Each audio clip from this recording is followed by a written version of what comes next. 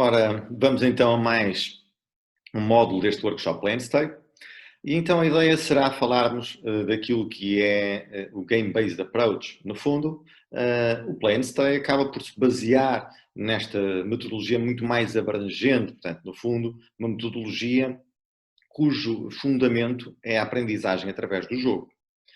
A ideia deste módulo então é falarmos dos principais objetivos do Game-Based Approach, de 4 conceitos de base e em cada uma das fases que já falamos no módulo anterior, falarmos de aspectos não relacionados apenas com aquilo que são as adaptações e as modificações principais, mas sim nos debruçarmos um pouco mais daquilo que é a exigência típica de cada uma das fases, as necessidades técnicas e as intenções táticas que deverão ter ou que deverão ser utilizadas em cada uma das fases. Ora, portanto, claro que, como qualquer novidade, numa primeira instância, esta metodologia acabou por ter, digamos que, alguma crítica por parte de alguns treinadores e de alguns autores que achavam que, de alguma maneira, o Play and Stay acabava por tirar a importância daquilo que era a técnica na aprendizagem. Ora, a verdade é que, se formos a ver os principais objetivos desta metodologia, a ideia será desenvolver a técnica num ambiente tático. Ou seja, é claro que vamos olhar para uma situação muito mais centrada naquilo que é o jogo, mas, no fundo, aquilo que nós queremos é desenvolver naturalmente e continuar a desenvolver os aspectos técnicos, porque percebemos que são fundamentais, mas também percebemos que podem ser facilmente trabalhados paralelamente àquilo que é a evolução tática dos jogadores.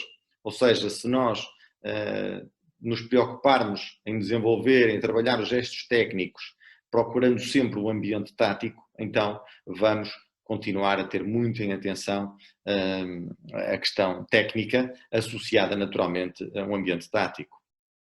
É importante melhorar a técnica através da função.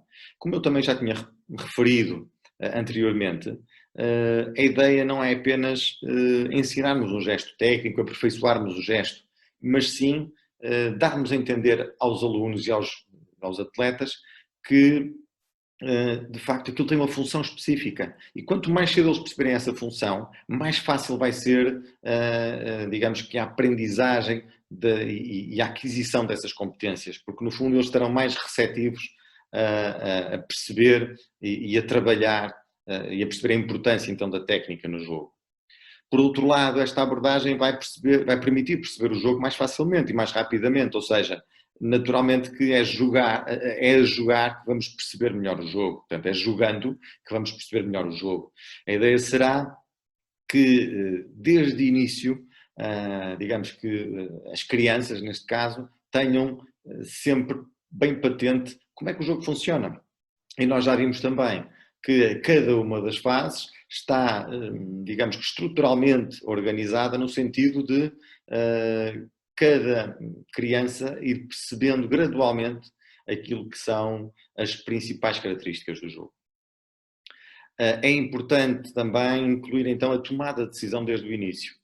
Ora, como eu também já tinha referido, a ideia é percebermos que quando falamos de uma modalidade aberta, como é o ténis, existem então várias fases fundamentais que ocorrem durante as situações de jogo. Nomeadamente, como já tínhamos falado, fase de leitura ou de percepção, seguida da fase de tomada de decisão e depois digamos, de ação, não é? Do momento em que temos que realmente reproduzir o gesto técnico que sabemos. Agora, lá está, quando nos focamos demasiado naquilo que é a parte analítica ou na parte mais técnica, o que é que vai acontecer? No fundo, estamos a desenvolver muito esta fase de ação. Mas não podemos esquecer que no jogo temos, para cada momento de ação, temos sempre também um momento de leitura e um momento de tomada de decisão.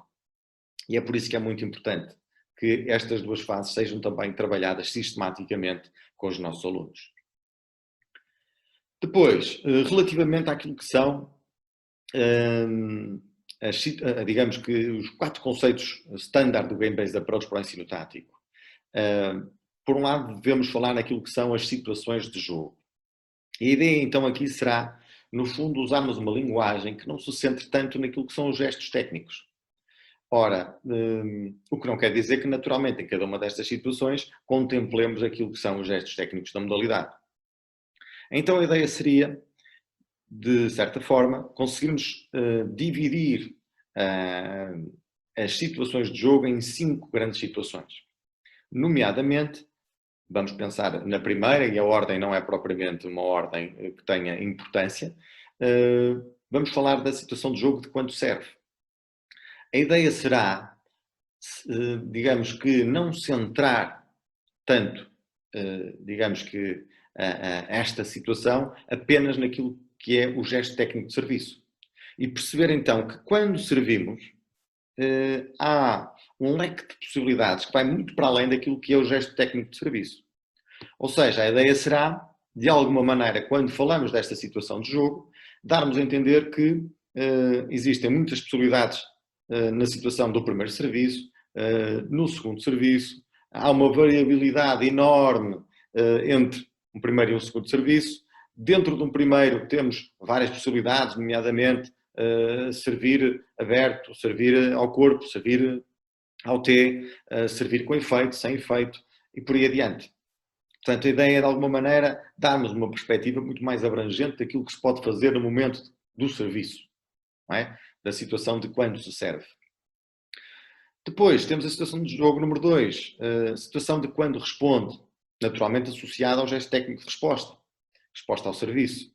Ora, mas é importante também darmos a entender que quando respondemos, existe uma série de possibilidades que devem ser tidas em atenção. Nomeadamente, diferenciar aquilo que é uma resposta a um primeiro serviço, de uma resposta a um segundo serviço e por aí adiante. Depois, situação de jogo número 3. E aqui falamos de quando ambos os jogadores estão atrás do campo ou estão no fundo do campo. E esta é aquela situação em que, no fundo, vemos os jogadores, na maior parte do tempo, quando estão a jogar um contra o outro. Aqui, como claro está, será a situação em que temos um leque de possibilidades muito grande e que naturalmente deve ser, digamos que a situação de jogo que mais se trabalha. Por outro lado, temos ainda também a situação de jogo número 4, que é quando o jogador se aproxima da rede. Aqui, no fundo, darmos a entender aos nossos alunos, aos nossos atletas, que quando o jogador se aproxima da rede passa a ter uma série de possibilidades, normalmente de tendência atacante. Portanto, passa a ter uma vantagem. A partir do momento que nós temos a possibilidade de subir à rede, passamos a ter mais vantagens. E é importante que, então, trabalhemos os nossos jogadores no sentido de perceber, digamos, qual é a vantagem quando se aproxima da rede. Por outro lado, temos a situação do jogo número 5, que é quando o adversário se aproxima da rede. E aqui também é fundamental percebermos que, primeiro, quando o adversário se aproxima da rede, naturalmente vai ter aqui alguma vantagem à partida e, portanto, de alguma maneira, percebermos todas as possibilidades também que surgem a partir desta situação de jogo. Portanto, de uma maneira geral, aliás, fixar-se bem que existem então 5 grandes situações de jogo e que, se pensarmos, estas 5 situações vão contemplar tudo aquilo que pode acontecer num jogo de ténis. E é por isso importante que tenhamos em consideração este tipo de linguagem. Por outro lado, temos então as intenções táticas de jogo. Estas intenções subdividem-se em 3 grandes grupos. Primeiro, situação de equilíbrio, que no fundo contempla a situação em que os jogadores procuram equilibrar o ponto. Em muitas circunstâncias temos jogadores que, por exemplo, quando ambos estão no fundo do campo, não têm grande vantagem um sobre o outro. Ou seja, estão em situação de equilíbrio. Por um lado, quando alguém tem alguma vantagem sobre o outro, há, digamos que, uma primeira fase em que o jogador que está em desvantagem procura tentar equilibrar um pouco mais o ponto. E, portanto, no fundo, é esta a situação em que não há propriamente uma grande vantagem de um jogador sobre o outro. Depois, situação ou intenção tática número 2. que são as intenções táticas de ataque, que se subdividem em duas grandes intenções, nomeadamente a construção e a finalização. Quando falamos de construir, falamos do momento em que, apesar de termos vantagem sobre o nosso adversário, digamos que estamos numa situação em que não devemos correr demasiados riscos. Devemos procurar desequilibrar o adversário, tirar vantagem e partido do facto de que estamos numa situação de possibilidade de ataque, mas tenham atenção que só vamos tentar finalizar, ou só vamos tentar utilizar a intenção tática de finalização, quando efetivamente temos uma situação de grande vantagem sobre o adversário, ou seja, uma situação em que não nos obriga a correr qualquer risco ou então um risco mínimo. Depois, a intenção tática, digamos que número 3, são as intenções de defesa, que se subdividem também em três intenções. Por um lado, manter-se no ponto. Ora, aqui referimos-nos aos momentos em que o jogador está a partir de uma situação tão defensiva que acaba por ter poucas possibilidades de conseguir, digamos que, contra-atacar, conseguir equilibrar o ponto. Nesta circunstância, falamos daqueles momentos em que os jogadores procuram de qualquer forma continuar o ponto, seja através de pancadas digamos que mais normais, sejam digamos que aquelas que nós chamamos de pancadas de recurso, não é? Situações que normalmente não se utilizam, mas que em circunstâncias muito extremas podem ser utilizadas, nomeadamente nesta situação. Uma segunda situação de defesa, dar a volta ao ponto, podemos também chamar de contra-ataque. Ora, aqui referimos à situação em que, em algumas circunstâncias, temos, por exemplo, o jogador adversário a subir à rede. E então aqui temos naturalmente a noção que quando o adversário sobe à rede, à partida nós vamos passar por situações defensivas mais difíceis, mais complexas. Mas existem algumas possibilidades de contra-ataque, nomeadamente, neste caso específico, tentar jogar o lob, ou seja, jogar por cima do meu adversário. Ou então, por outro lado, tentar aquilo que nós chamamos de passing shot, que no fundo é a tentativa de jogarmos atravessando o jogador sem que ele toque na bola, tentando jogar a bola ou de um lado ou do outro do jogador. Em terceiro lugar, temos uma situação muito específica, que é aquilo que nós chamamos de neutralização ou de neutralizar a bola, ou neutralizar o ponto. Nesta circunstância, eu vou mostrar aqui um esquema que, no fundo, procura simplificar, digamos que esta percepção relativa a esta intenção de neutralizar. Então aqui o que é que acontece? Nós temos dois jogadores, jogador A, atacante, jogador D, defensivo. Isto quer dizer que o jogador A, em determinada altura, conseguiu jogar uma bola com esta trajetória verde, que vamos reparar que é uma bola angulada, que obriga, portanto, o jogador D a jogar fora do campo, portanto, ao lado da linha de singulares e atrás da linha de fundo. Ou seja, digamos que põe este jogador numa situação difícil. Então, nesta circunstância específica, o ideal será então neutralizar o ponto. E para neutralizar o ponto é importante termos em atenção três grandes características. A primeira situação prende-se com a trajetória da bola e, neste caso, a utilização de uma trajetória alta é a mais recomendada. E porquê uma bola alta? Porque, no fundo, vai dar mais tempo ao jogador para ele poder recuperar para uma posição mais confortável, que lhe permite então cobrir mais facilmente um ângulo, ou cobrir o campo, neste caso. Por outro lado, reparem que a trajetória também contempla que a bola seja jogada para o fundo do campo, não é? Portanto, aqui bem comprida. Isto porquê? Para que o jogador A seja obrigado a jogar atrás e bem atrás do corte. Sabemos que quanto mais atrás ele jogar, mais difícil será para o jogador A conseguir ter vantagem sobre o adversário. Em terceiro lugar, a bola, para além de ser comprida, vai também ser uma bola jogada para o centro do fundo do campo. Ou seja, uma zona central. Nem paralela, nem cruzada. A ideia será jogar uma bola bem centralizada no fundo do campo. Isto porquê? Porque se jogarmos uma bola nesta zona, o jogador A vai passar apenas a poder usar esta possibilidade de ângulo. Isto quer dizer que, com a trajetória alta, eu vou ter tempo para voltar a uma posição mais central no corte, que me vai permitir cobrir mais facilmente este ângulo. Podemos até ver aqui com esta chaveta, que no fundo vamos ter mais facilidade em cobrir toda esta área. Ora então, e porquê que jogamos para uma zona central e não jogamos para uma zona paralela ou para a cruzada?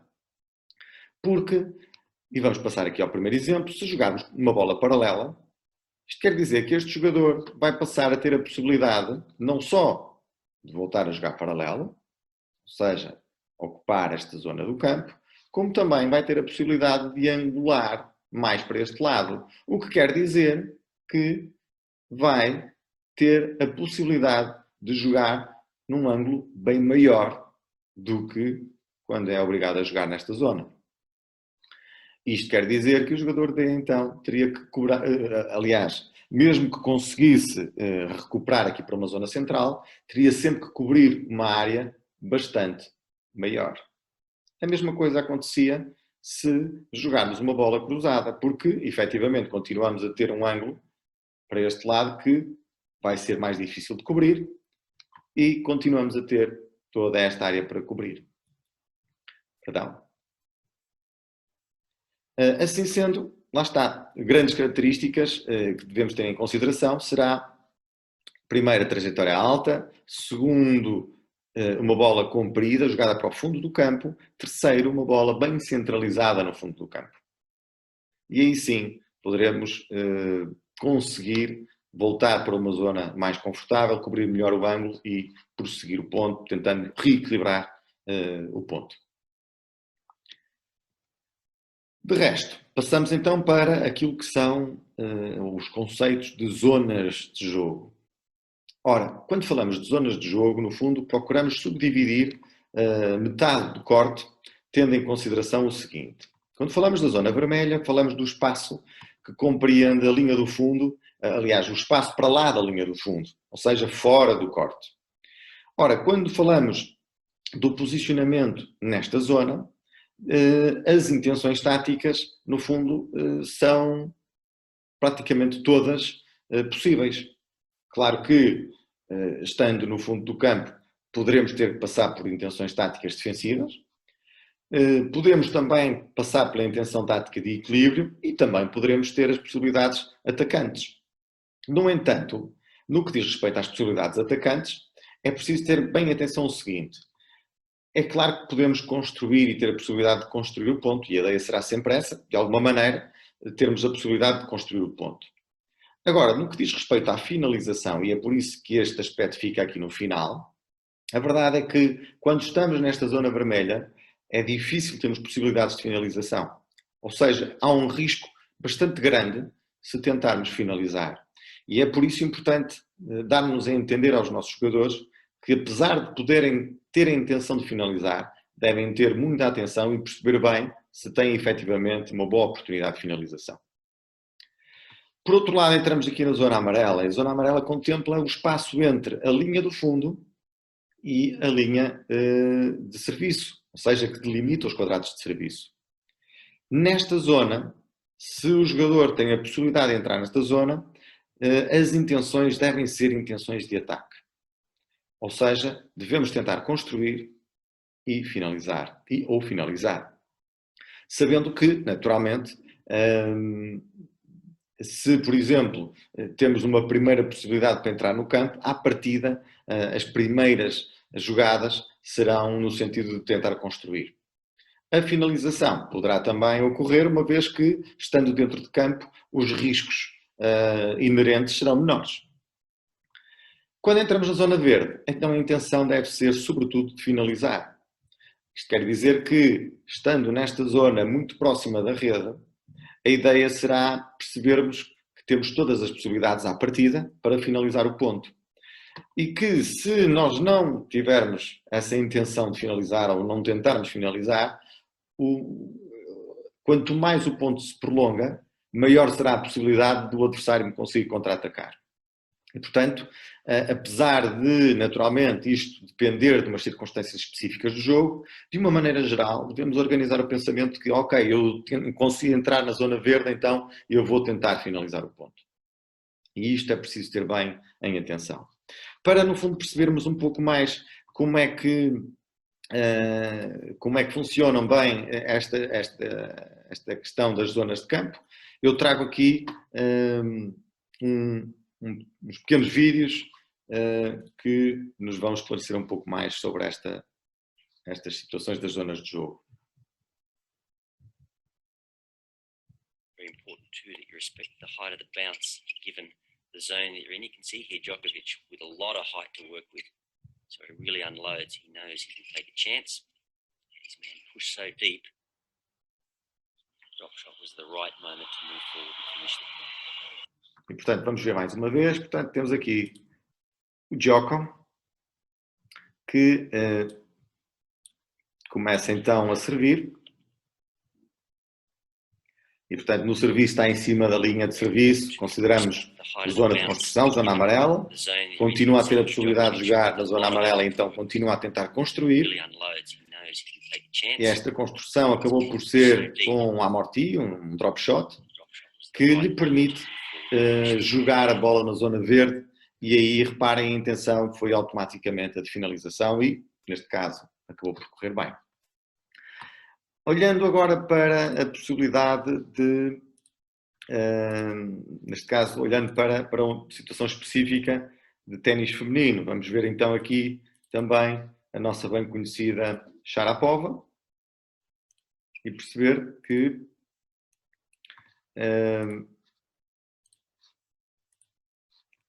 as zonas de campo podem ser exploradas também desta forma.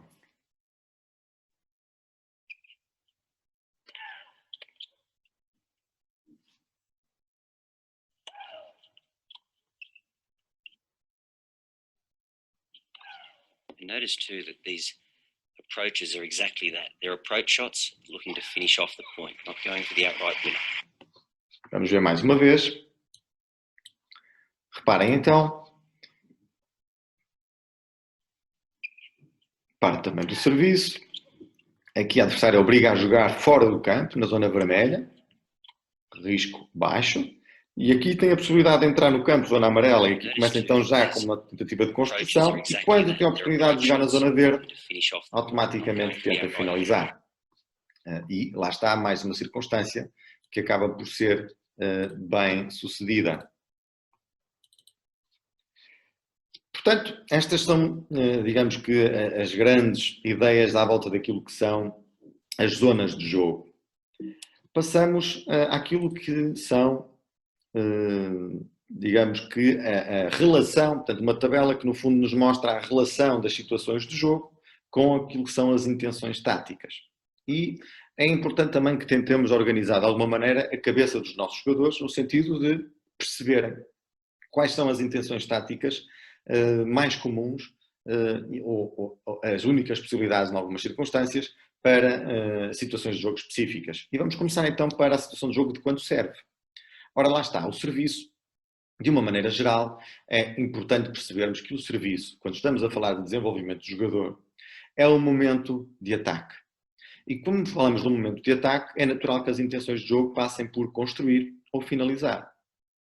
Ora, isto não quer dizer que, naturalmente, se fôssemos olhar ou pensar em jogadores que estão apenas a começar, ou neste caso crianças que estão a começar a jogar, ou adultos, claro que sabemos que em muitas circunstâncias a intenção, quando alguém vai servir e não tem experiência no jogo, muitas vezes não é atacar, é por isso simplesmente pensar em não falhar e procurar jogar a bola dentro do campo e dentro do quadrado de serviço, neste caso, e no fundo quase com uma intenção de manter-se no ponto, porque efetivamente não tem um domínio sobre o gesto técnico.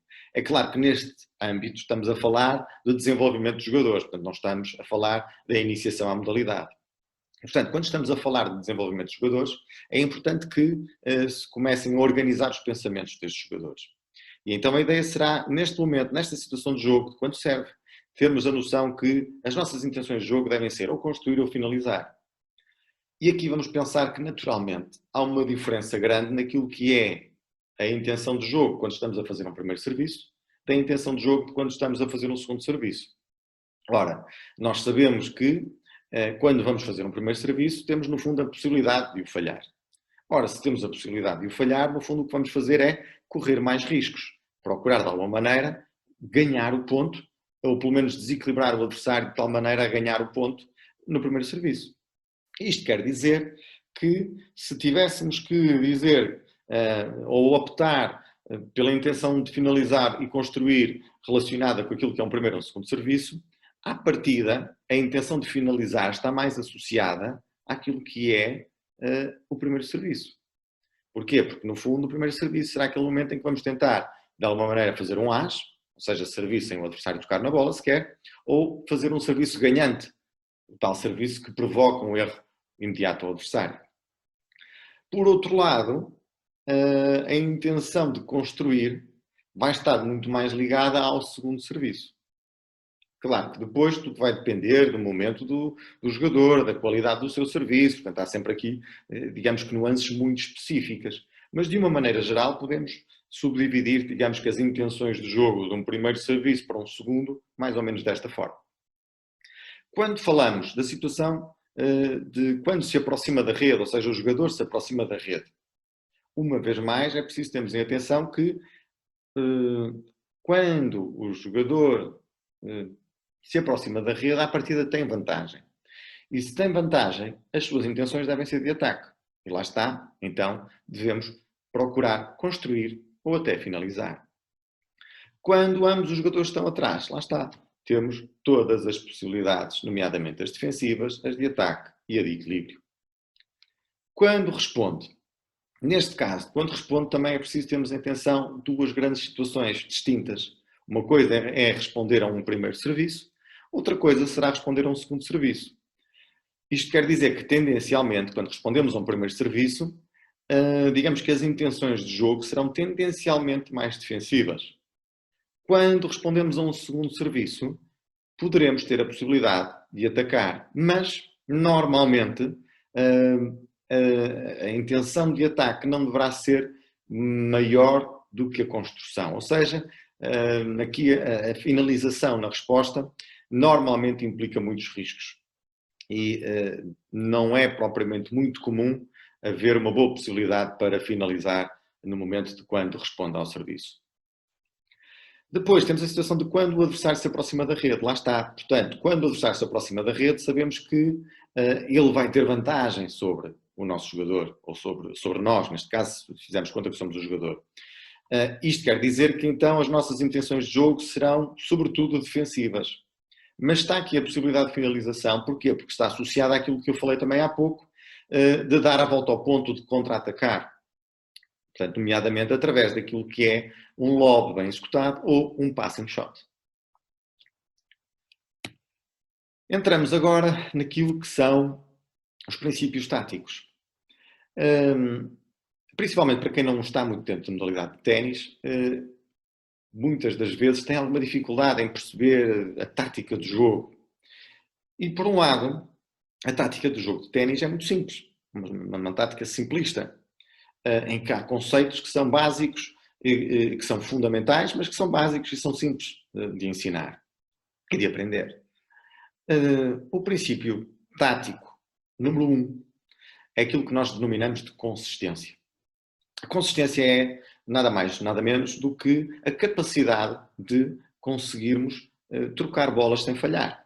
Ou seja, de nos mantermos numa troca de bolas sem falhar. Claro que esta consistência é uma consistência muito distinta daquilo que se faz no início da carreira de jogador, daquilo que se vai fazer quando o jogador é um jogador profissional e entra no circuito profissional. Agora, o que é realmente importante é percebermos que este será um princípio que vai acompanhar o jogador desde os seus primeiros contactos com a modalidade até, digamos que, ao final da sua carreira. Depois temos o princípio tático número 2, que se prende com o mover o adversário.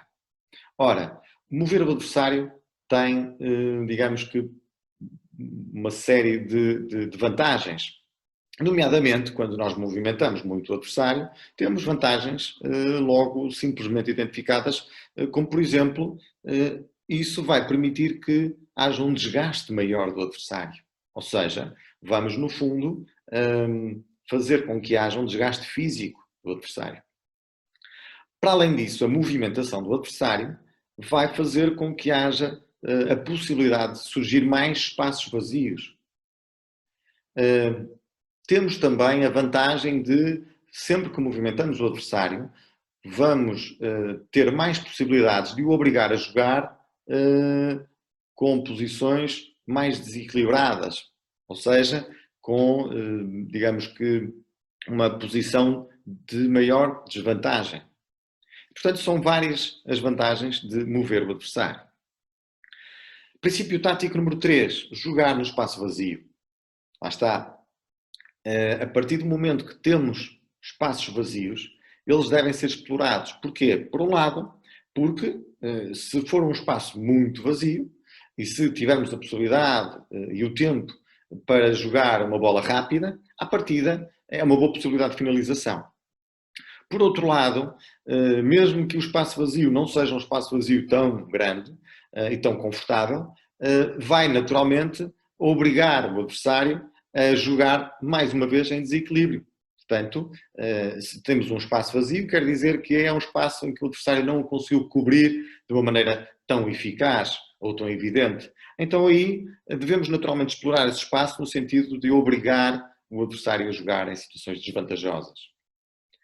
Situação ou princípio tático número 4, jogar no ponto fraco.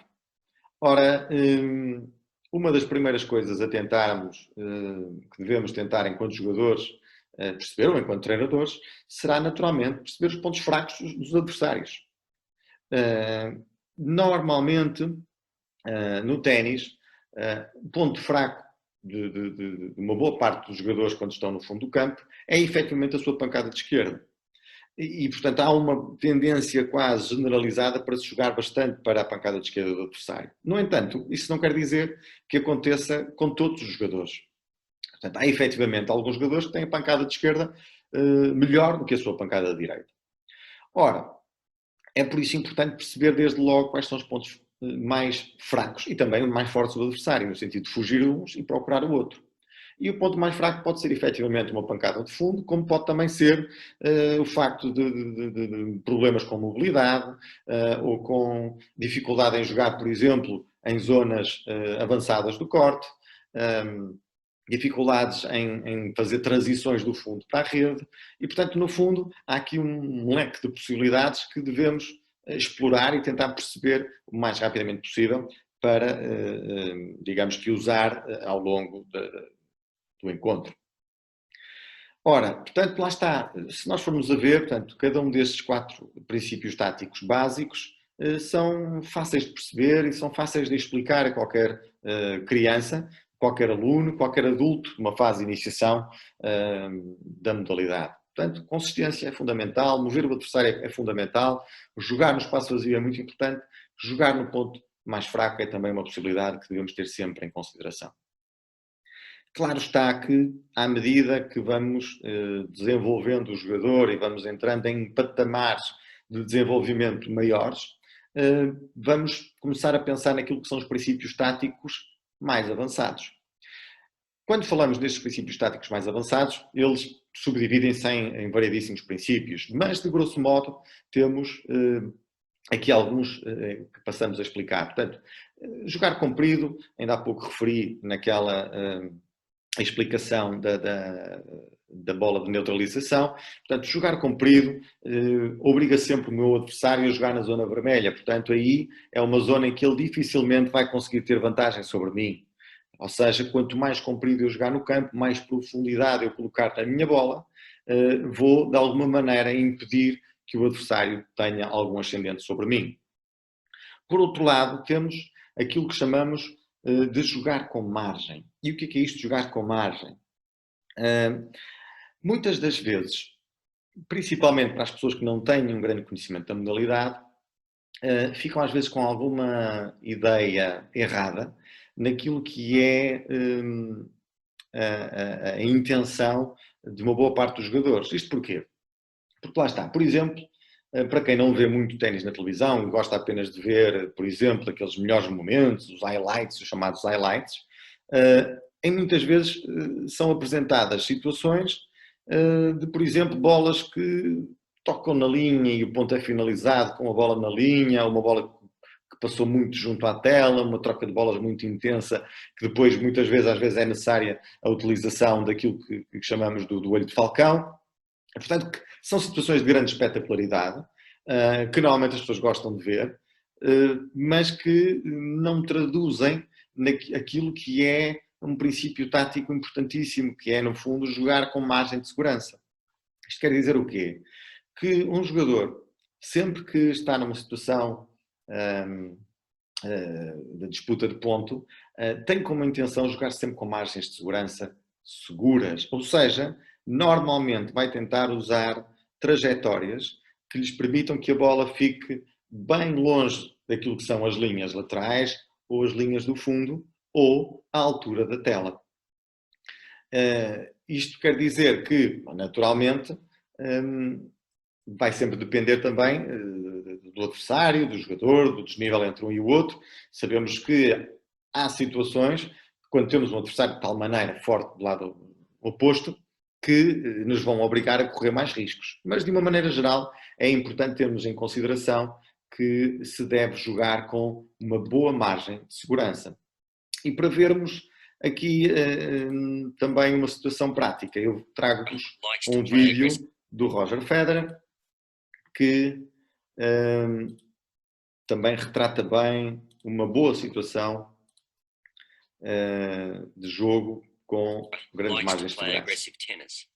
Just have a look here how he respects the safe lines of the court, and it's just that great combination of pace, spin, and depth that enables him to move forward and make sure of this point.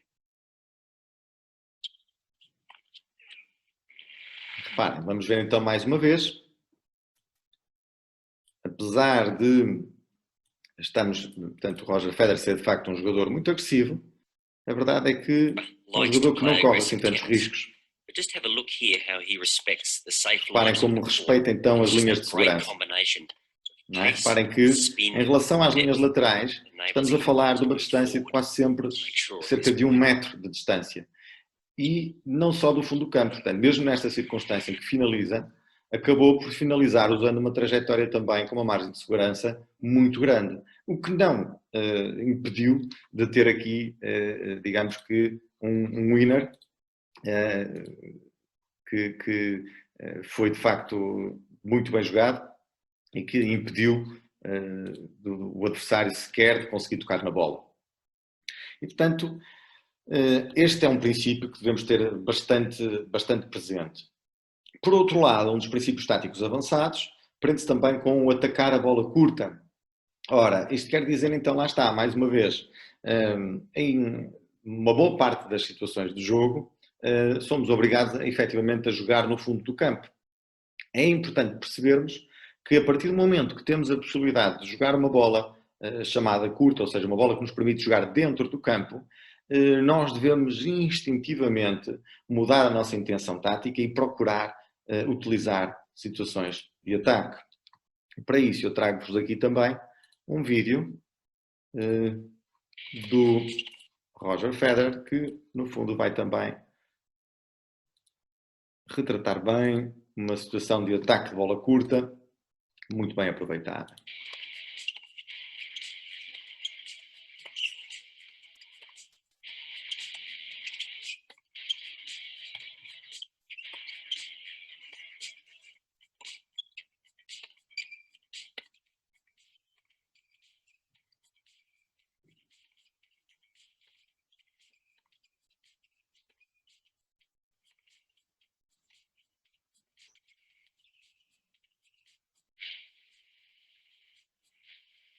Well, the whole reason you try to construct a good point is to get that short ball. Ora, aqui está, uma vez mais.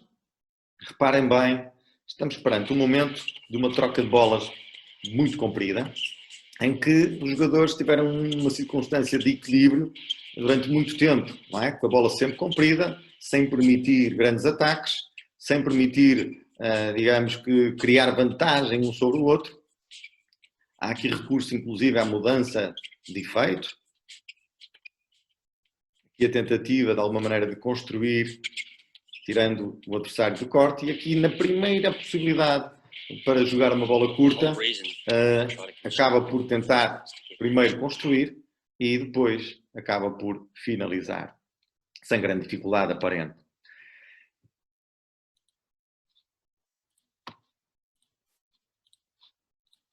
Ora, depois passamos a outro princípio que se prende com a limitação das mudanças de direção. Ora, nós sabemos também que, de facto, uma das vantagens e um dos princípios táticos básicos é o de mover o adversário. Ora, normalmente vamos mover o adversário estando constantemente a mudar de direção. É importante percebermos que esta limitação das mudanças de direção deve, de alguma maneira, ser trabalhada. E vamos ver aqui um exemplo prático também de como limitar estas mudanças de direção.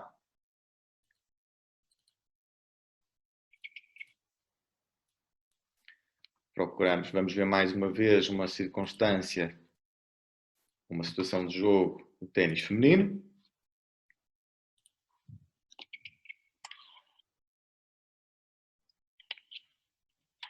The good players, it's innate. It's something we can all work on.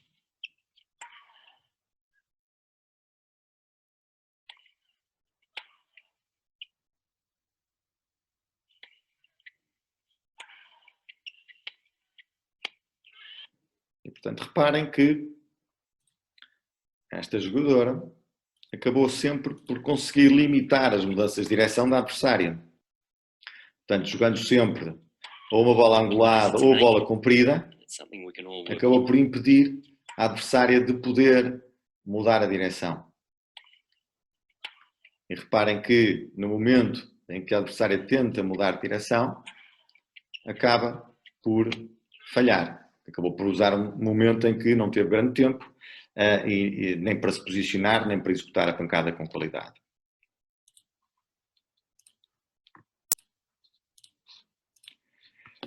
Depois temos então a questão, um princípio tático também muito importante, que se prende com centrar a bola, tal neutralização que eu expliquei esquematicamente ainda há pouco. E temos também a possibilidade de combinações vencedoras. Quando falamos de combinações vencedoras, aquilo que está em causa são sempre os pontos mais fortes dos jogadores. A partir de um determinado momento, naturalmente os jogadores vão conhecer, digamos que as suas melhores pancadas, as pancadas mais fortes, que criam mais desequilíbrios e vão ganhar naturalmente mais confiança. E é importante então que se desenvolvam as chamadas combinações com base nesses gestos mais bem executados ou nessas pancadas mais bem executadas e de maior facilidade para o jogador. E temos aqui uma situação também de uma combinação vencedora típica de um jogador do circuito profissional, neste caso o Tsonga.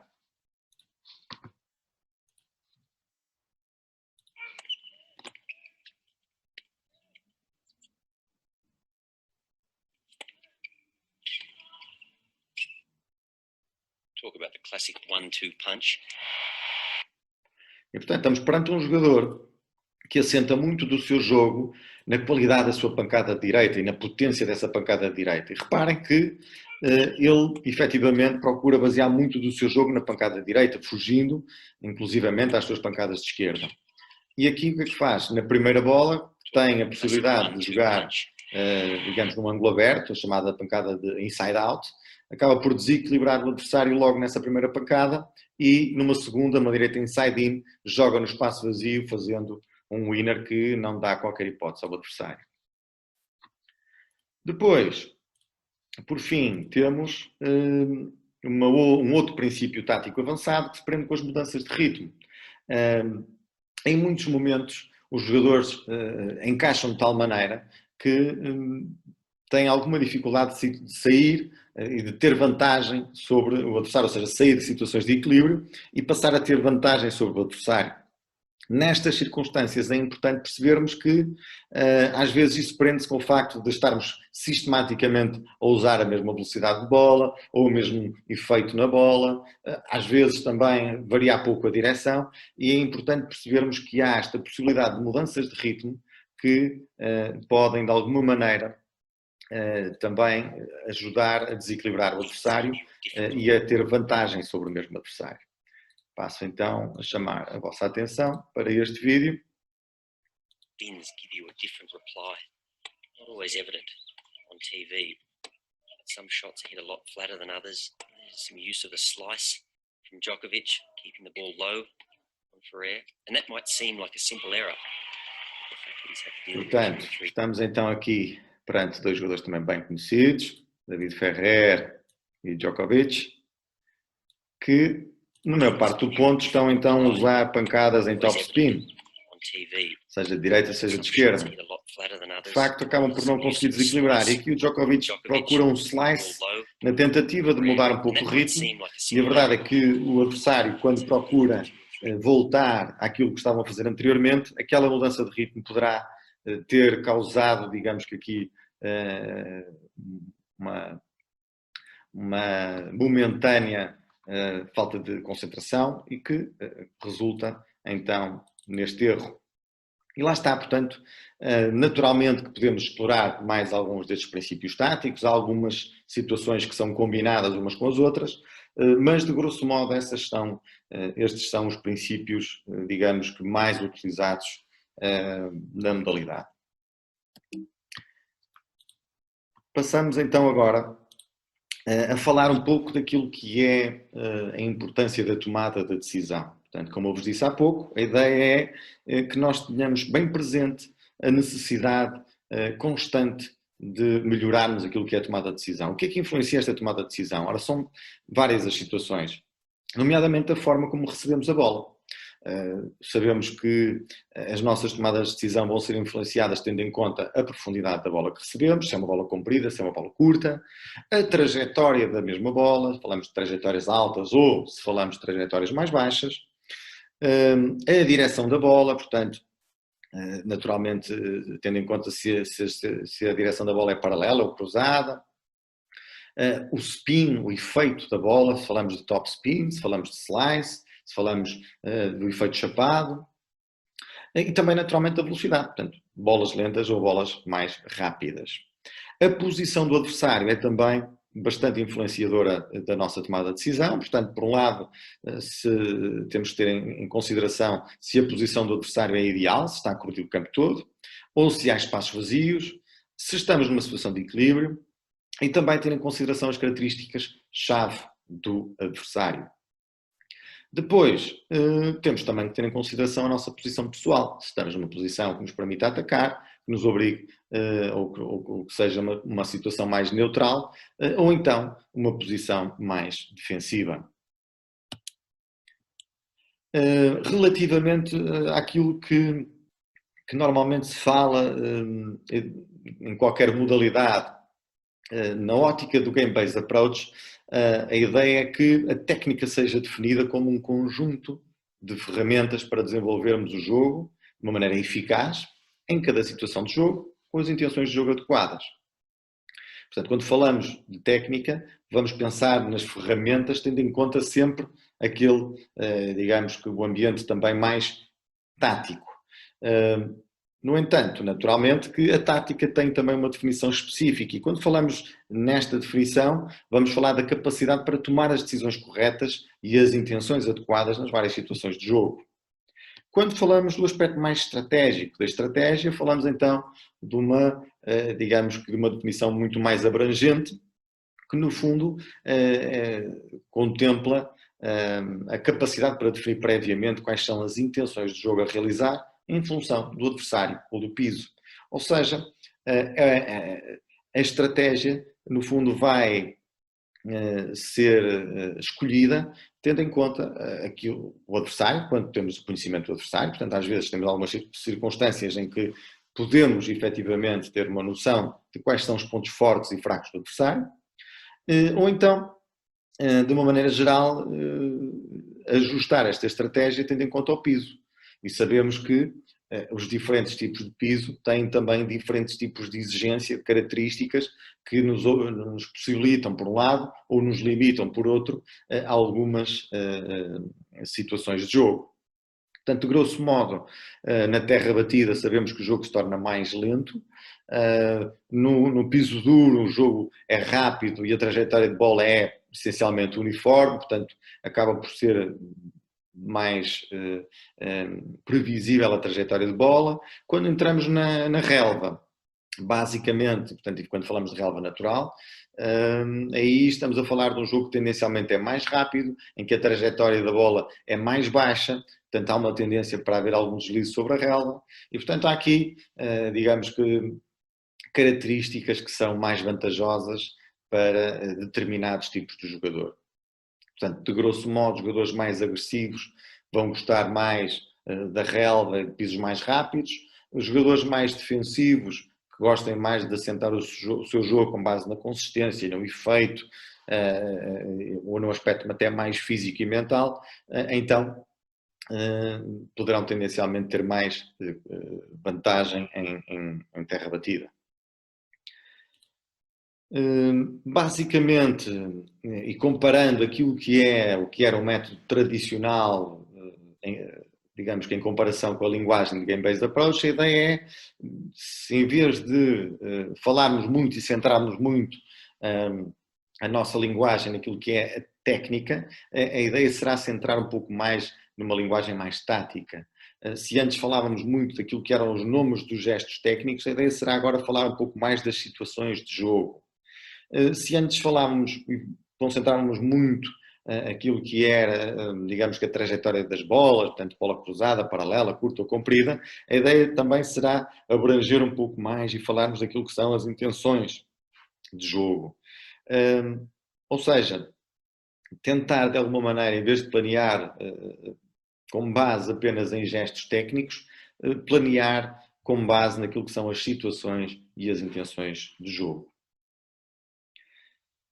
Agora, a ideia é falarmos um pouco daquilo que é, digamos que a escolha dos exercícios. Portanto, uma das grandes dificuldades que se encontram é naturalmente escolher a forma ou os exercícios-chave para resolver problemas dentro deste contexto. Então vamos recorrer aqui a um método que no fundo se designa de método de triângulo invertido, que digamos que subdivide os exercícios em 3 grandes grupos. Temos os exercícios abertos, exercícios semi-abertos e exercícios fechados. Ora, basicamente, como é que nós os definimos? Por um lado, os exercícios abertos são aqueles em que os jogadores não têm limitações nas tomadas de decisão. Ou seja, basicamente podem decidir fazer aquilo que querem. Portanto, estão completamente à vontade para tomar a decisão que quiserem. Depois temos os exercícios semi-abertos.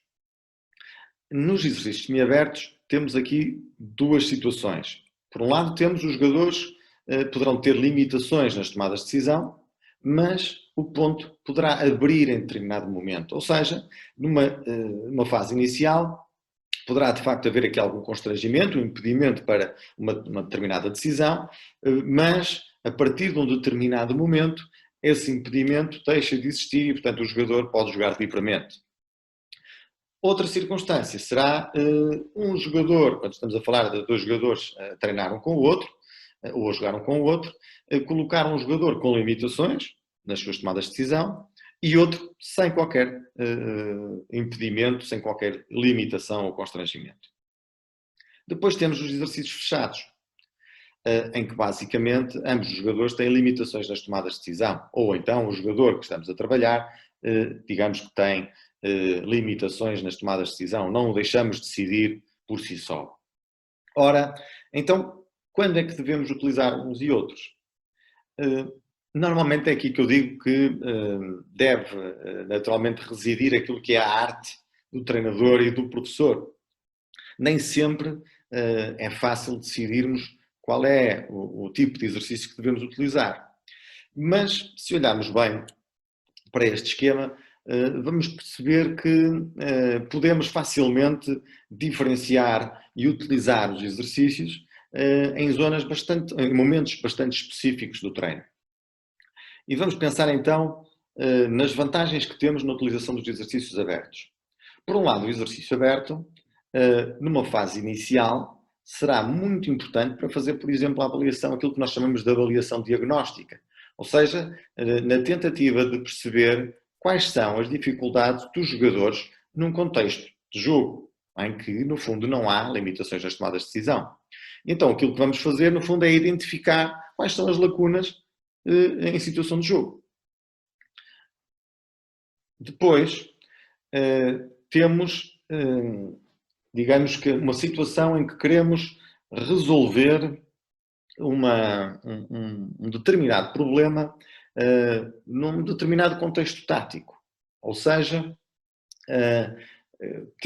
identificamos uma lacuna numa determinada ferramenta, em determinado contexto tático, e aquilo que vamos fazer então aqui será optar por exercícios semi-abertos. Ou seja, a ideia será conseguirmos observar mais vezes o nosso jogador numa situação em que sabemos que ele tem dificuldade ou tem que corrigir um determinado erro. E vamos pensar, por exemplo, que o nosso jogador tem alguma dificuldade na pancada de esquerda e queremos, de alguma maneira, fomentar um pouco mais o seu jogo com a pancada de direita. Mas sentimos que tem alguma dificuldade na mobilidade. Então, o que podemos fazer é limitar, por exemplo, o campo, seja em metade do campo, seja em 3/4 de campo, obrigando o nosso jogador a jogar pura e simplesmente com a pancada de direita. E o adversário pode jogar livremente. Então, o que estamos a fazer, no fundo, é trabalhar uma ferramenta num contexto tático, ou seja, estamos a trabalhar e a tentar desenvolver o gesto técnico de direita numa circunstância em que queremos que o jogador não só cubra bem o lado dominante, mas também entre um pouco no seu lado não dominante, usando, digamos que a sua pancada mais forte. E isto, no fundo, vai criar as oportunidades de treino e a repetição que nós queremos para resolver uma determinada situação. Agora, se nós vemos que há, por exemplo, uma dificuldade extrema naquilo que diz respeito à qualidade do gesto técnico, então devemos recorrer um pouco mais àquilo que é o desenvolvimento das ferramentas, ou seja, usar exercícios fechados. Quando falamos de exercícios fechados, no fundo é que limitamos todas as tomadas de decisão, seja exercícios a partir do cesto, em que pura e simplesmente o treinador coloca bolas a partir do cesto e vai de alguma maneira se debruçar na qualidade do gesto técnico. A partir do momento, depois lá está, a partir do momento em que temos, digamos, uma melhoria do gesto técnico, vamos voltar outra vez, primeiro, a usar exercícios semi-abertos, no sentido de voltar a colocar aquela ferramenta num contexto tático adequado e tentar desenvolver um pouco mais, digamos que a ferramenta. Numa terceira fase, voltamos novamente aos exercícios abertos, ou seja, em que não há limitações nas tomadas de decisão e queremos ver, efetivamente, se conseguimos melhorar não só especificamente aquilo que acabamos de desenvolver num contexto tático um pouco mais limitado em opções, mas, digamos que, ver o funcionamento dessas modificações, digamos que num contexto tático muito mais abrangente, neste caso, que englobe a situação de jogo formal, a situação de jogo completa.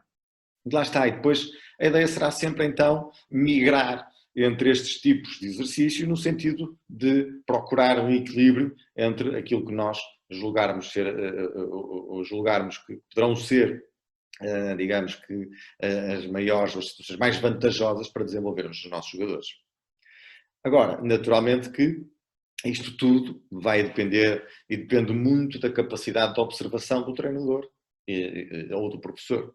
E isto será uma constante, seja num nível inicial de desenvolvimento do jogador, seja num nível mais avançado.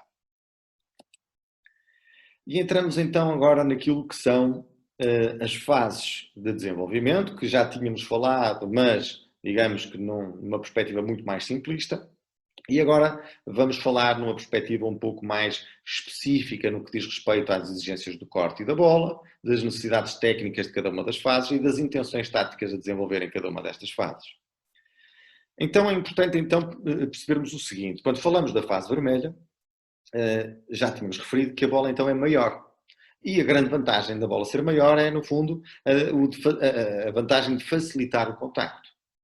Ou seja, uma superfície grande, naturalmente, vai facilitar o contacto com a bola.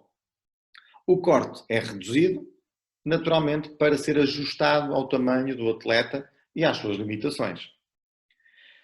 Nesta fase, a ideia então é procurar melhorar o contacto com a bola e a devolução para dentro do campo. Portanto, no fundo, aquilo que nós queremos é que o jogador consiga contactar mais facilmente a bola com a raquete e que se preocupe em perceber logo desde cedo que o grande objetivo é passar a bola por cima da rede e entrar dentro daquela zona delimitada pelas linhas. Nesta fase, em relação àquilo que são os deslocamentos, basicamente só existem deslocamentos laterais. Raramente poderemos ter alguns frontais e muito menos vamos ter deslocamentos para trás. Lembrem-se que nesta fase estamos a falar de miúdos muito novos, que naturalmente são muito egocêntricos, basicamente têm muita tendência a enfocar-se apenas em si próprios e na bola quando ela está do seu lado. Ainda em relação a esta fase, aquilo que nós falamos de principais intenções táticas aqui, não há dúvida nenhuma que a grande intenção tática a trabalhar será a consistência, ou seja, a capacidade de trocar bolas sem falhar. E lá está, muitas vezes pensamos que estamos a falar de crianças tão novas que nem vale a pena muito falarmos daquilo que é a tática do jogo. E vamos lá ver uma coisa. O facto de falarmos sobre o conceito em si não será essa a grande vantagem, mas o trabalharmos, independentemente deles estarem a ter a noção de se é consistência ou se não é de facto muito importante e vai ser determinante naquilo que é o seu processo de desenvolvimento dos jogadores. É claro que falamos de uma consistência, digamos que muito primária, em que não há uma grande preocupação de qualidade da bola, em que o objetivo pura e simplesmente é não falhar e colocar dentro do campo do adversário. Naturalmente, nesta fase, inicialmente procuram apenas manter-se no ponto. Há pouca noção daquilo que se passa do adversário, que se passa do lado de lá. Ou seja, no fundo, a bola vem para cá e o jogador preocupa-se em devolver a bola, procurando apenas manter-se no ponto. No final desta etapa, portanto, estamos a falar de momentos em que estamos perante crianças que já têm um bom tempo de trabalho nesta fase, e que já têm um pouco mais de idade, poderemos ver já algumas outras intenções, nomeadamente jogar no espaço vazio e mover o adversário. Lá está. Quando sentimos que temos jogadores já nesta fase, a ideia será ter a noção que à partida estão quase preparados para passar para a fase laranja. Ainda sobre esta fase, naquilo que nós referimos de necessidades técnicas específicas para esta fase. Vamos lá ver uma coisa. Não podemos esquecer que estamos perante uma fase, basicamente, em que vamos receber crianças de 4, 5 anos, até aos 7 anos de idade. É claro que tudo vai depender um pouco da qualidade, digamos que das capacidades dos miúdos que temos pela frente. Mas, de uma maneira geral, principalmente quando temos os primeiros contactos com este tipo de miúdos, não é fundamental começarmos a debruçar logo sobre aquilo que são as correções técnicas e procurar logo, digamos que, estruturar gestos técnicos perfeitos. Há coisas importantes, sim, como, por exemplo, evitar pegas extremas, ter a noção que, quando falamos de pegas extremas, é evitar pegas muito fechadas ou muito abertas, ou seja, bater com a raquete muito virada para baixo ou muito virada para cima. Portanto, essencialmente, dar a entender que a raquete vai se comportar um pouco como aquilo que é, na bancada direita, a palma da mão, procurar contactar com a palma da mão virada para a frente. Naquilo que é a pancada de esquerda, procurar com as costas da mão, contactar a bola com o lado das costas da mão, voltado para a frente. E, portanto, de uma maneira geral, para iniciar, será preciso ter apenas esta preocupação de evitar pegas extremas. É claro que à medida que vamos trabalhando com estes alunos, há, digamos que, competências que devem ser desenvolvidas, como, digamos que, gestos padrão que devem ser desenvolvidos. E, nomeadamente, em relação àquilo que são os gestos técnicos de fundo de corte, estes devem ser trabalhados no sentido de se cumprirem alguns dos pontos críticos, pontos fundamentais, como, por exemplo, preparação antecipada, ou seja, sabemos que preparar antecipadamente, a partir do momento que percebam se a bola vai para um lado ou para o outro, vai facilitar depois a execução. Procurar desenvolver um bom ponto de impacto, ter a noção de um ponto de impacto sensivelmente à altura da cintura e à frente do corpo. Nesta fase também é importante trabalharmos uma transição suave entre a preparação e a terminação. E porquê suave? Porque estamos perante uma fase em que as trajetórias devem ser curtas, portanto estamos a falar de campos pequenos e que efetivamente não há uma grande necessidade de utilizar, digamos que, gestos técnicos muito potentes ou muito rápidos ou trajetórias de bola muito rápidas, porque senão, naturalmente, haverá maior propensão para o erro. No entanto, é aqui também um momento em que podemos já pensar na rotação dos ombros como sendo um suporte para desenvolver boas pancadas. No entanto, volto a relembrar, nem sempre uma boa técnica corresponde à eficácia, principalmente quando estamos a falar de crianças muito jovens. Às vezes nós temos crianças que chegam às nossas aulas e digamos que sem nenhum contacto prévio com a modalidade, mas que, até por ter um background motor já bastante desenvolvido, conseguem, por exemplo, ser muito consistentes, apesar de terem uma técnica muito deficitária, por não terem conhecimento sobre a técnica. Mas, independentemente de não terem uma boa técnica, são muito consistentes, deslocam-se muito bem e conseguem devolver a bola sempre dentro do campo. É claro que nós vamos querer, de alguma maneira, modificar esse trabalho técnico no sentido daquilo que queremos para o futuro, mas é importante que nos primeiros impactos não tentemos mudar logo tudo de uma vez, no sentido de lhe retirar, por exemplo, aquilo que ele estava a conseguir fazer bem, que era ser consistente, e drasticamente mudar a técnica e perdermos de uma forma drástica essa consistência. É preciso um equilíbrio no meio disto, portanto é importante desenvolver uma boa técnica, mas não podemos esquecer que se nos centrarmos só nisso e se isso resultar na ineficácia, ou seja, em situações em que os miúdos jogam pontos entre si e há digamos que uma ineficácia constante, um insucesso constante, sabemos que o insucesso vai resultar numa desmotivação. E, naturalmente, que nestas idades a desmotivação normalmente vai resultar naquilo que é o abandono da modalidade. Portanto, é muito importante encontrarmos um equilíbrio entre o que é a boa técnica e o que é a eficácia, no sentido de garantir sempre a motivação constante deste tipo de miúdos e prendê-los à modalidade desde cedo. À partida, se os prendermos bem, vamos ter tempo para conseguir desenvolver também o aspecto mais técnico e resolver, digamos que todos esses aspectos, corrigindo tudo aquilo que é essencial, no sentido, depois, de os tornar melhores jogadores. Depois, passamos então para a fase laranja. Quando falamos da fase laranja, falamos essencialmente então de crianças entre os 7 e os 9 anos, lembrando sempre que são sempre fases que podem ser utilizadas também com adultos. Mas aquilo que estamos a falar, no fundo, é centrando, digamos que, as ideias naquilo para a qual esta metodologia foi criada, portanto, no desenvolvimento de jovens crianças, de jovens atletas. Neste caso, então, temos de ter em consideração que neste tipo de miúdos já temos atletas que são capazes de se abstrair de si próprios, portanto, já não estamos naquela fase egocêntrica que impede ter um conhecimento daquilo que se passa do lado de lá. Não, neste caso aqui já temos miúdos que têm clara noção do que se passa para além daquilo que está a passar-se no seu lado do corte consigo. É preciso termos em atenção que o jogo naturalmente se torna muito mais dinâmico. Porquê? Porque há um espaço maior, o campo aumentou, portanto passou para os tais 18 metros de comprimento, com 6,5 metros a 8,23 de largura, e portanto é normal que haja aqui uma maior alternância de direção, uma exploração maior do espaço, ou seja, o jogo fica mais dinâmico. Aqui poderá então ser mais frequente a necessidade de bater bolas em posições abertas. Isto quer dizer o quê? Quando falamos de posições abertas, falamos de posições em que o jogador é obrigado a bater de frente para o adversário. Em algumas circunstâncias, quando temos mais tempo, recorremos a pancadas, por exemplo, com posições fechadas, ou seja, em que o jogador tem a possibilidade de se colocar de uma forma lateral para o lado da pancada.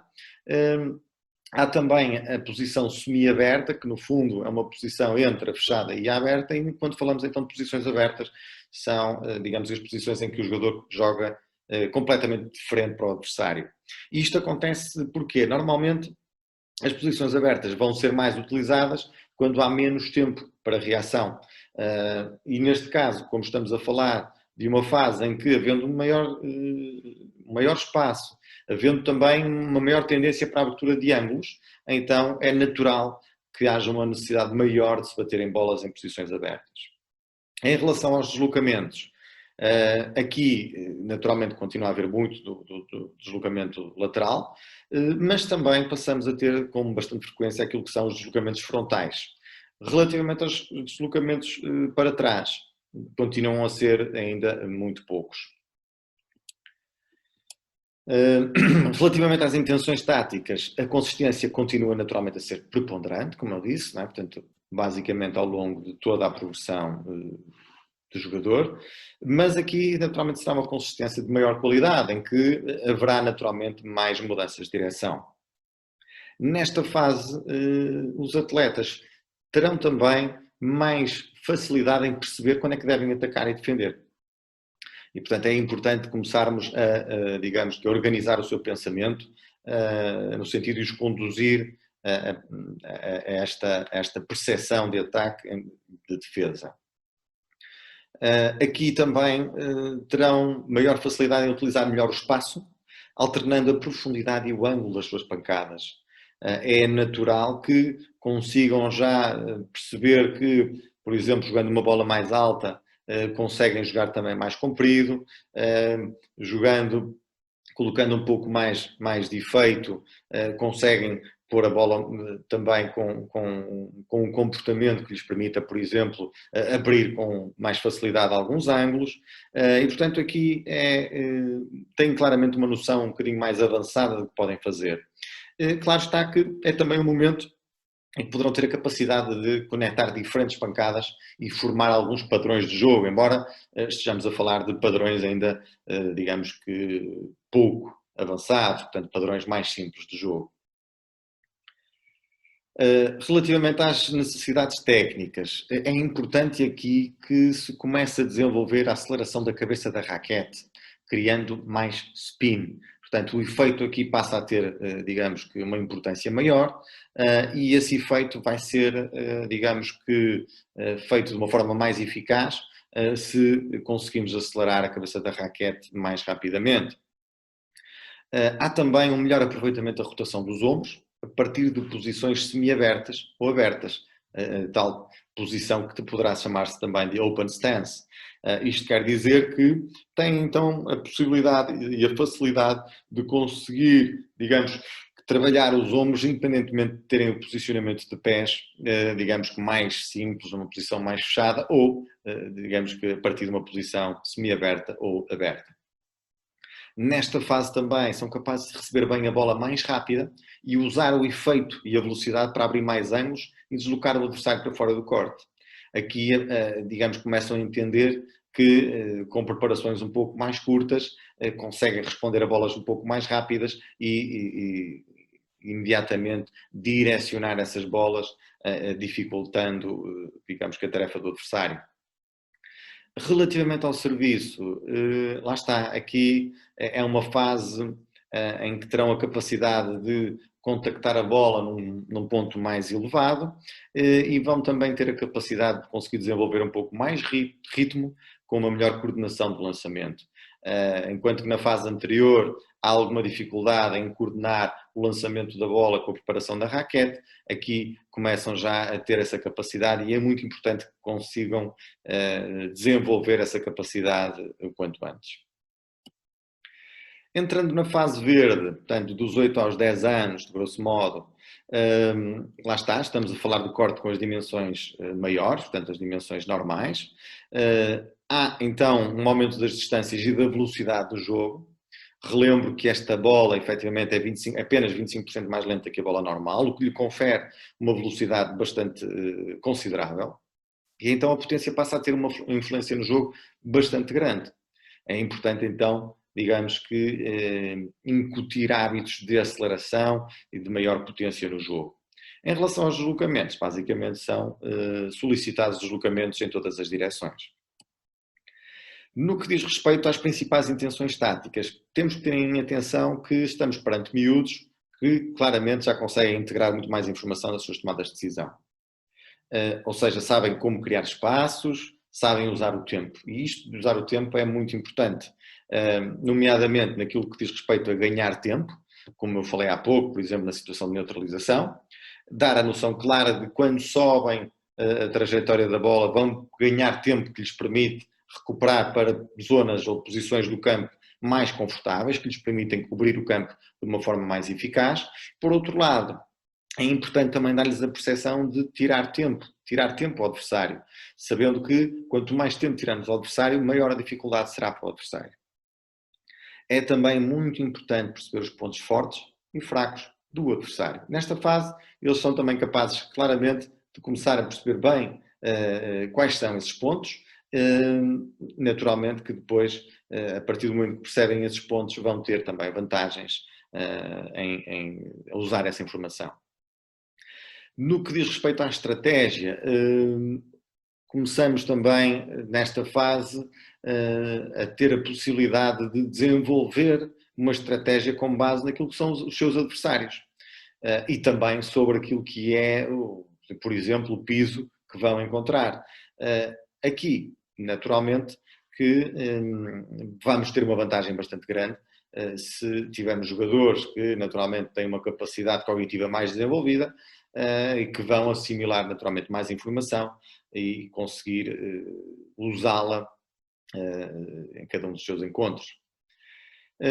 Depois, é preciso também, de alguma forma, começar a trabalhar e desenvolver a combinação de pancadas como parte do seu plano para o jogo. Portanto, nesta fase também temos algumas características já mais desenvolvidas e é importante que eles comecem a perceber que, com base naquilo que é a combinação de pancadas, vão conseguir ter mais sucesso, mais situações de sucesso. E, portanto, lá está, de uma maneira geral, essa é uma das fases muito importantes. Sobre aquilo que são as necessidades técnicas, naturalmente que aqui temos um outro tipo de preocupações, nomeadamente é fundamental que saibam bater na bola com altura, com spin e com velocidade. Portanto, é fundamental trabalhar bem o efeito, nomeadamente o top spin. A velocidade da bola, como eu tinha dito, passa a ter realmente uma preponderância muito grande, a potência passa a ter, de facto, uma importância bastante grande. O jogar a bola na subida é uma das situações que devemos também procurar desenvolver, nomeadamente dando-lhes a noção que essa antecipação vai permitir também tirar tempo ao adversário. Ora, é fundamental perceber, e para quem não está tão dentro desta, digamos, do mundo do ténis, que naturalmente, na maior parte dos casos, quando vamos devolver uma bola, seja de uma pancada de direita ou de pancada de esquerda, normalmente essa devolução ocorre depois de termos o contacto da bola com o chão, que por sua vez faz a bola subir, e apenas no momento de trajetória descendente em que a bola volta outra vez a cair, é que os jogadores têm tendência para jogar a bola para o adversário. Ora, quando falamos de jogar a bola na subida, quer dizer que vamos jogar a bola precisamente no momento em que ela, pouco depois de sair do chão, ou seja, em que ela está ainda na trajetória ascendente, ainda está a subir. Ora, o facto de conseguirmos bater na subida vai permitir tirar tempo ao adversário, ou seja, vamos devolver mais rapidamente a bola para o outro lado, o adversário vai ter menos tempo para reagir. É claro que isto naturalmente também tem um grau de dificuldade grande, e, portanto, deve ser trabalhado de forma gradual, no sentido de depois equilibrar, digamos que o sucesso destas tomadas de decisão com o insucesso. É importante desenvolver a capacidade de jogarem em todas as zonas do corte. Relembro que nestas idades é muito importante nós tentarmos desenvolver aquilo que é o chamado all-court player, ou o jogador que joga bem de todas as zonas do campo. Isto porquê? Porque nós, apesar de haverem testes que possam predizer, por exemplo, a estatura que uma determinada criança poderá ter, a verdade é que é muito difícil de predizer as características, digamos que na sua totalidade, que essas crianças vão ter quando entrarem na idade adulta. E, portanto, não faz muito sentido nós, de alguma maneira, nos centrarmos apenas no desenvolvimento de situações de jogo muito específicas com crianças tão jovens, porque, no fundo, não vamos perceber se essas situações vão ser, digamos que, as melhores para depois serem usadas numa determinada altura em que esse jogador poderá decidir entrar na via profissional. Portanto, a ideia será, de alguma maneira, desenvolvermos todas as ferramentas para que no momento em que esses jogadores entram, digamos que no início do alto rendimento, na competição de mais alto nível, tenham de facto a possibilidade de escolher dentro daquele rol de ferramentas, naquele leque de ferramentas, poderem então escolher aquelas que serão as mais adequadas, tendo em conta, digamos, que o seu desenvolvimento físico, mental, específico daquele momento. Aqui, lá está, também são naturalmente capazes de usar a velocidade da bola que recebem, portanto, percebem facilmente que, apesar de haver bolas muito rápidas, poder haver bolas muito rápidas do adversário, isso não quer dizer que partamos sempre de uma situação defensiva, podemos naturalmente aproveitar essa velocidade da bola e lá está, uma vez mais, com a questão de preparações mais curtas, digamos que direcionar de forma eficaz a bola e naturalmente aproveitar essa velocidade da bola. Por fim, é preciso também ter atenção a situações mais defensivas. Nesta fase é natural que haja a necessidade de alguns deslocamentos para trás, ou seja, os jogadores em algumas circunstâncias se possam ver na obrigação de jogar de uma maneira a serem obrigados a recuar. E a ideia será então perceberem que, apesar de terem que recuar, poderão e deverão sempre, de alguma maneira, em última instância, pelo menos bater com o peso no pé de trás. Ou seja, muitas vezes este recuar acaba por fazer com que os jogadores acabem apenas por devolver a bola de uma forma pouco eficaz e que muitas das vezes está associado ao facto de não terem um bom apoio. Então é importante percebermos que antes de haver um desequilíbrio completo ou, digamos que a incapacidade de manter uma posição de equilíbrio, há também ainda a possibilidade de batermos com o peso no pé de trás. E, portanto, relativamente a este aspecto, dou por terminada este módulo. Espero que tenha sido útil e acho que é então o momento para mais um intervalo. Muito obrigado.